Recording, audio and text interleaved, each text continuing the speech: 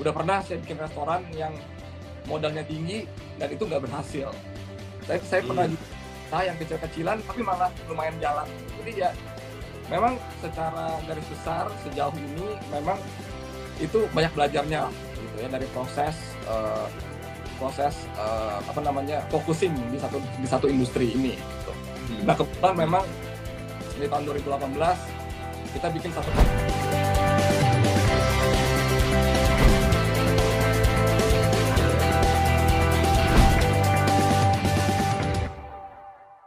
Bill, mungkin cerita dulu tentang seorang Billy-nya dulu nih. Saya selalu ketemu orang pasti nanyanya itu dulu. Jadi sebelum Billy Kurniawan jadi seorang founder Kopi Janji Jiwa, ya itu kisah hidupnya Billy sebelumnya ngapain sih? Kan nggak mungkin tiba-tiba ada di dunia terus jadi foundernya Kopi Janji Jiwa kan? Jadi apa yang terjadi sebelumnya? Oke, thank you coach. Jadi ini saya juga suka lah ya sharing kalau di sini sih. Saya ngerasa ini bukan cuma dari coach bilang tadi mau belajar dari saya, tapi saya juga belajar sebenarnya ya dari sesi-sesi seperti ini gitu. Jadi saya appreciate banget buat waktunya dan thank you teman-teman yang udah spend your time buat hadir di sini. Jadi sebenarnya kalau yang dilihat sekarang kan mungkin the rise of Kopi Janji Jiwa misalnya gitu ya, dalam waktu 2,5 tahun. Di awal itu kita juga gak ada yang kenal basically lah. Nah kalau dari saya sendiri juga sebenarnya di dunia food and beverage boleh dibilang sudah berkecimpung sekitar dari tahun 2011 sebenarnya gitu. 2011, oke. Ya jadi udah lumayan lama lah ya di dunia F&B seperti itu gitu. Nah setelah mulai di tahun 2011 saya punya banyak usaha juga, beberapa itu di bidang restoran gitu, tapi di dunia F&B itu ya nggak semuanya jadi gitu ya. Kalau bangunnya udah pernah saya bikin restoran yang modalnya tinggi dan itu nggak berhasil, tapi saya pernah juga usaha yang kecil-kecilan tapi malah lumayan jalan gitu. Jadi ya memang secara garis besar sejauh ini memang itu banyak belajarnya lah gitu ya, dari proses focusing di satu industri ini gitu. Nah kebetulan memang di tahun 2018 kita bikin satu konsep quick order juga ya, quick service buat kopi. Nah itulah Kopi Janji Jiwa hadir gitu. Jadi ya saya bilang saya udah 9 tahun berkecimpung, 8 tahun berkecimpung, baru bisa nemuin namanya Kopi Janji Jiwa itu, coach gitu. Bill, itu berarti kemarin dulu banyak bangun beberapa bisnis, kebanyakan F&B gitu ya, Bill ya? Kalau saya sih memang kebetulan ya, saya tuh fokusnya banyak kan di F&B. Karena saya percaya ya salah satu prinsipal saya itu jangan lari dari fokus kita gitu. Jangan lari ke kiri dan ke kanan. Karena basically saya tuh passionnya memang sebenarnya itu F&B, tapi lebih ke coffee sebenarnya gitu. Dulu saya pernah bikin restoran segala macam, tapi yang menarik saya itu satu titik itu adalah pengenalan mengenai kopi-kopi Indonesia, pengenalan mengenai kayak originnya dari mana, cara roastingnya gimana. Itu sebenarnya awal mula lah kecintaan saya di dunia kopi, di dunia F&B gitu, seperti itu coach. Bill, berarti Billy waktu yang belajar-belajar itu uang sekolahnya berapa tuh belajarnya kira-kira? Kayak restoran bangun yang fine dining keren banget terus sampai tiba-tiba tutup bangkrut gitu ya. Udah belajar berapa banyak tuh Bill kira-kira secara angka? Jadi saya itu pertama kali buka usaha itu ngumpul-ngumpulin uang itu modalnya 150 juta kalau nggak salah, itu awal ya. Itu ketika saya masih dulu nggak segampang ini lah ya buat buka usaha ya. Kalau sekarang menurut saya sih punya modal dikit tuh bisa bareng-bareng loh. Dulu itu kayaknya pengen ketemu partner aja, pengen ketemu orang-orang bisa chip in bareng gitu susah banget gitu, karena sosmed belum terlalu rame, WhatsApp juga belum bisa dipakai zaman dulu ya. Jadi ya itu kumpul modal harus besar dulu zaman dulu gitu. Jadi itu yang saya mulai gitu. Nah setelah itu lumayan jalan bisnisnya, itu lumayan oke. Saya pakai sistem kemitraan juga.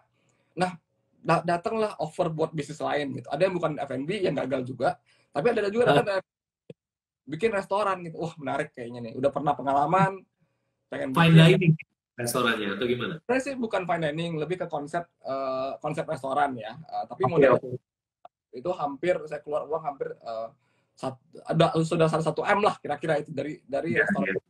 Itu semua hasil jerih payah yang ada itu pada waktu itu. Saking overconfident, saking kayak saya udah jalan, ini dia ada next bet nih kayaknya bisa nih jalan, tapi ternyata nggak segampang.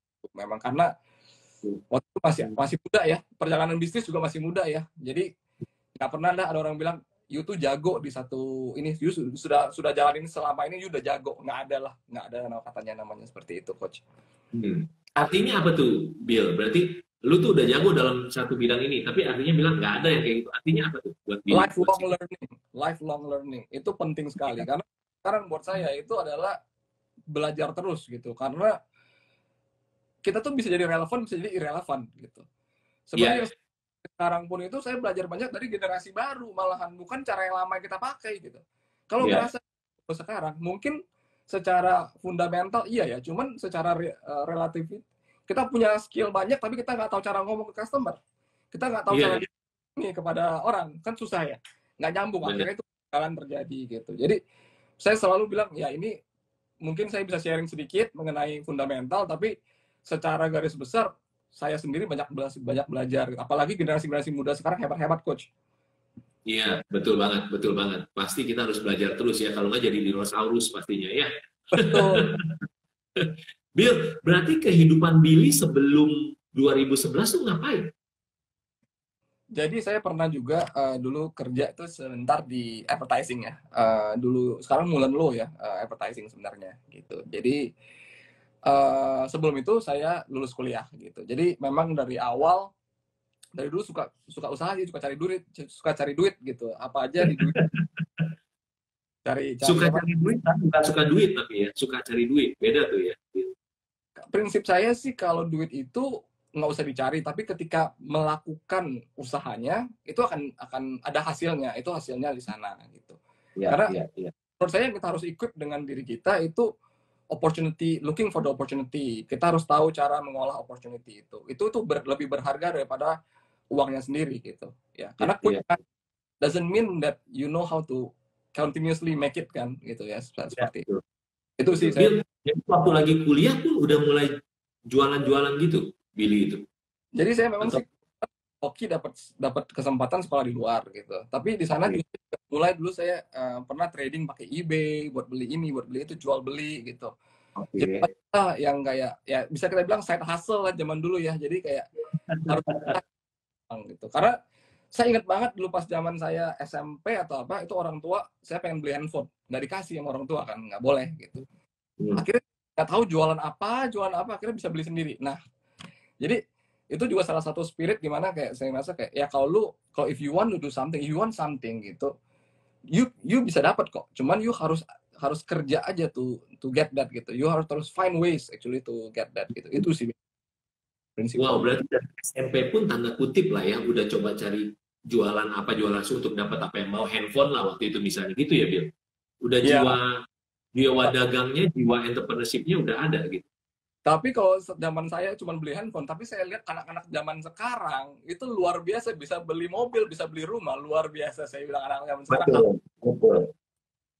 Karena alam semestanya udah next level banget gitu, tinggal orang yang mau kerja keras aja gitu kan ya. Orang yang mau ya karakter entrepreneurship lah gitu ya. Oke. Jadi ceritanya Billy ini lahir dari keluarga yang cukup berada atau gimana ceritanya waktu itu?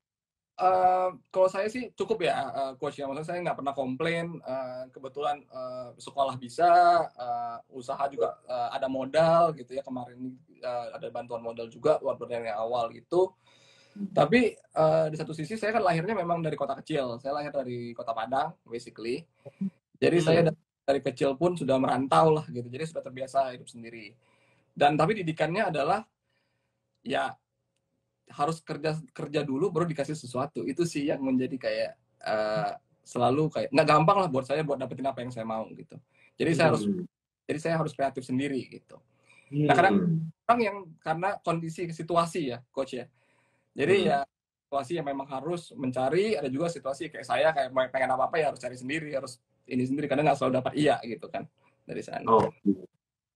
Oh wow, luar biasa itu. Berarti mentalnya memang dibentuk sama orang tua tuh, ya lu nggak langsung gua kasih gitu ya, lu usaha dulu lah gitu ya, Bill ya. Dari kecil ya, Bill. Dari kecil emang selalu seperti itu, coach. Mantap. Ayah ibu emang entrepreneurs atau apa, profesional atau gimana? Ya, kebetulan ayah ibu saya juga punya toko ya. Jadi di Padang itu kita ya kayak cek toko sebelah lah kalau teman-teman coach sudah pernah nonton. Ya kebetulan saya orang tua saya itu jual ATK gitu ya, ke toko ATK. Jadi Ya, ya pas alat saya, tulis kantor ya. jadi pas masa kecil ya itu naik-naik ke atas kardus buku, ke kardus kertas, ngobrol-ngobrol sama pegawai, main sama pegawai, ya gitu aja sih coach buat ini. Jadi Iya, mereka entrepreneur lah gitu. Bill, kalau gitu kalau ngomongin sekolah kehidupan dari sejak lahir sampai titik 2011 dulu lah ya, sampai Billy sebelum akhirnya 2018 bangun Janji Jiwa gitu, atau paling nggak sampai 2018 lah belajarnya, sebelum Janji Jiwa lahir gitu. Kalau Ya, dikerucutin cuma satu, petuahnya apa tentang sekolah kehidupan, Bill? Buat yang lagi dengerin termasuk saya juga. mungkin tadi yang tadi seperti yang coach ngomong ya, kayak uang itu jangan apa-apa itu uang gitu ya. Jadi it's a good result gitu uang itu. Tapi lebih ke arah kayak what do you like, how to earn money from that gitu. Gimana cara menghasilkan dari apa yang kita punya. Jadi kalau kita nggak punya, equip yourself. If you don't have anything to sell, ya diri kita yang harus kita equip kan gitu. Ambillah selling, ambillah kelas-kelas marketing, ambillah kelas-kelas influencing atau apa. Dan you have something to sell gitu. Dan dari sana barulah dapat hasilnya gitu. Jadi kalau dari saya selalu dari dulu tuh nggak ada yang dulu susah ya coach mentorship gitu-gitu nggak banyak tahun-tahun. Even SMP SMA gitu pengen nyari kan kalau belajar dari buku it's not as belajar dari sekolah kan nggak ini gitu. Tapi saya udah kebetulan suka baca gitu. Jadi banyak 10 tahun lalu belum ada Gratio Practical Business Coaching, memang belum 10 tahun lalu. Buku saya belum saya tulis ya. Betul. Ya jadi ya gitu. Nah, jadi banyak baca buku juga dulu self taught gitu, itu yang naikin knowledge. So kalau saya simpulkan dari kesimpulan Billy lagi adalah ternyata investasi terbaik ya itu adalah memang hidup ke atas ya, di sini dulu nih gitu. Kadang-kadang orang belum saatnya udah investnya hidung ke bawah gitu ya, konsumtif semua yang di sini gitu ya. Padahal saya belajar dari Billy adalah oke, berarti kalau belum, jangan cari duitnya aja, cari duit bukan, tapi invest di kitanya biar kitanya bisa menarik duit gitu ya. Ya investnya hidung ke atas, semuanya jadi kebuka gitu ya Billy ya.